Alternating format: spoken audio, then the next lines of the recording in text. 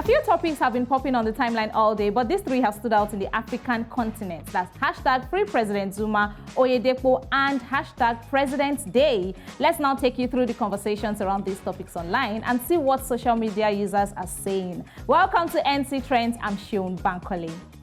Now we begin in South Africa, where supporters of jailed former President Jacob Zuma have vowed to continue demonstrating until he is freed.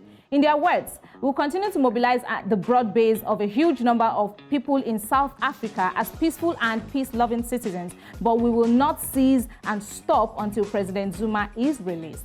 Now, the Free Jacob Zuma campaign has given the government and South African president a 14-day ultimatum to release him immediately. But acting minister in the presidency says that it can only be considered if Zuma applies for a pardon or medical parole. Now, taking to Twitter with hashtag Free President Zuma, we have a tweet that reads, "It's so painful, a 79-year-old liberation fighter harassed and abused by the justice system, unlawfully jailed. Today's case has been dragging for 20 years, all for humiliation.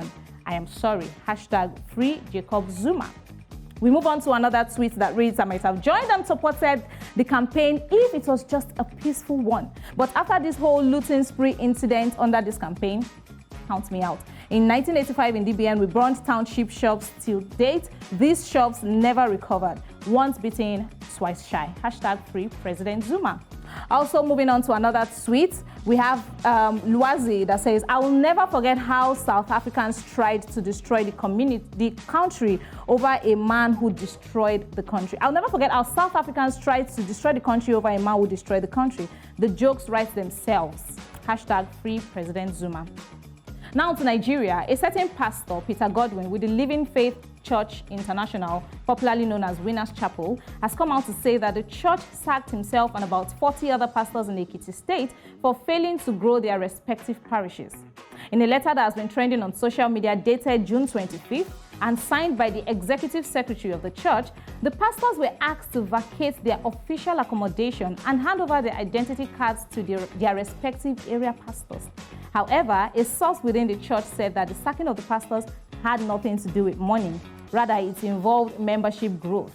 According to him, the pastors were sacked for failing to grow their membership, which is a key aspect of the ministry. Now, the statements from the chapel regardless, people are raging on social media. Let's see a few thoughts. Ikena says, "Church is business in this part of the world.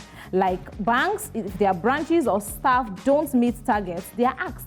If church was not profitable for these top GOs, they wouldn't have even continued. It's a sorry state how Christianity is practiced here." Also, we have this comment from Amax. He says, "I am not a Bible scholar, but with my little knowledge, I know that Christ originated church and Christians, and never for once did he cast out or condemn any of his workers.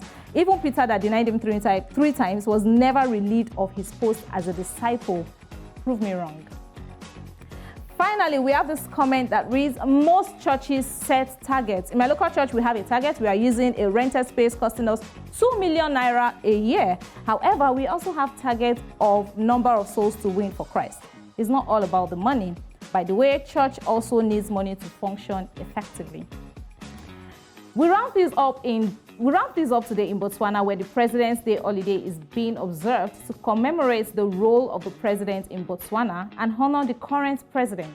Since 2006, it has been a one-day holiday held on the third Monday of July, unlike previously when it was a two-day holiday held on Monday and Tuesday of the third week in July. Now, in honor of the holiday, we have a tweet from Grit Group.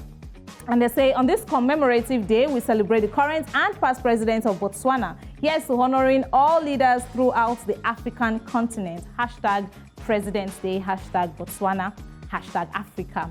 Also, ITIQ Botswana says, "We're wishing His Excellency at official Masisi and our fellow citizens a happy President's Day holiday.